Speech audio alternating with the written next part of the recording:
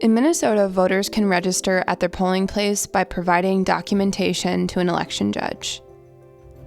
Voters have many options when registering, and these options are listed on a poster titled Register to Vote Today and provided as tear-off sheets that can be given to voters.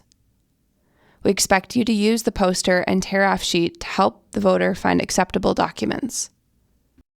These are the acceptable documents that voters can use to register: a valid Minnesota driver's license, learner's permit, Minnesota state ID card, tribal ID card, or the receipt for one of these documents. Verify that this card has not expired. The design and information provided on these IDs may vary, but must contain the voter's name, photo, address, and signature. If a voter does not have a valid ID, they can present a photo ID, which can be expired, and a document with their current name and address.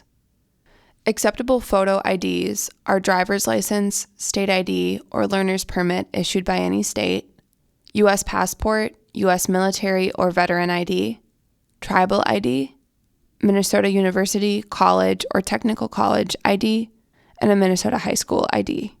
Acceptable documents with current name and address are bill or statement for phone, TV, or internet, solid waste, sewer, electric, gas or water, banking, or credit card.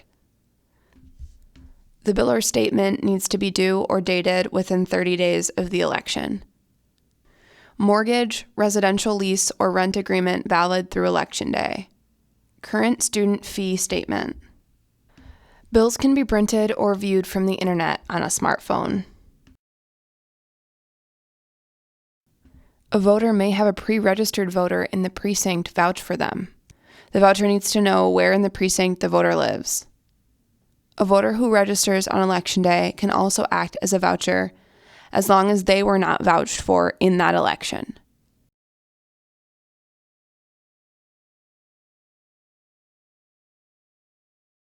One voter can vouch for up to 8 people on Election Day.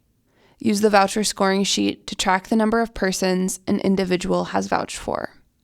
Employees of residential facilities, such as nursing homes or shelters, can vouch for an unlimited number of the facility's residents.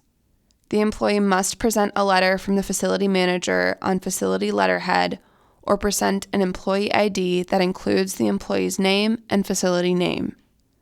Some precincts will have a certified list of employees of residential facilities. Employees on this list do not need to show documentation. Colleges may provide a student housing list containing students' names and addresses. Students can use their college ID card as documentation if their name appears on the student housing list. If the voter is listed in the poll pad under an old name or address, this registration serves as their documentation. This letter is sent to voters who attempted to register to vote after the pre-registration deadline.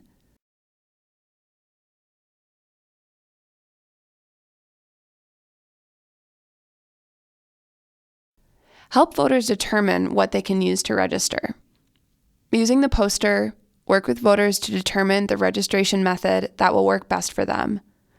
If voters are unable to register, they may renew or obtain a driver's license or state ID card on Election Day. The receipt for these documents is acceptable. There are many options available to voters, but ultimately only the registration methods just discussed are acceptable.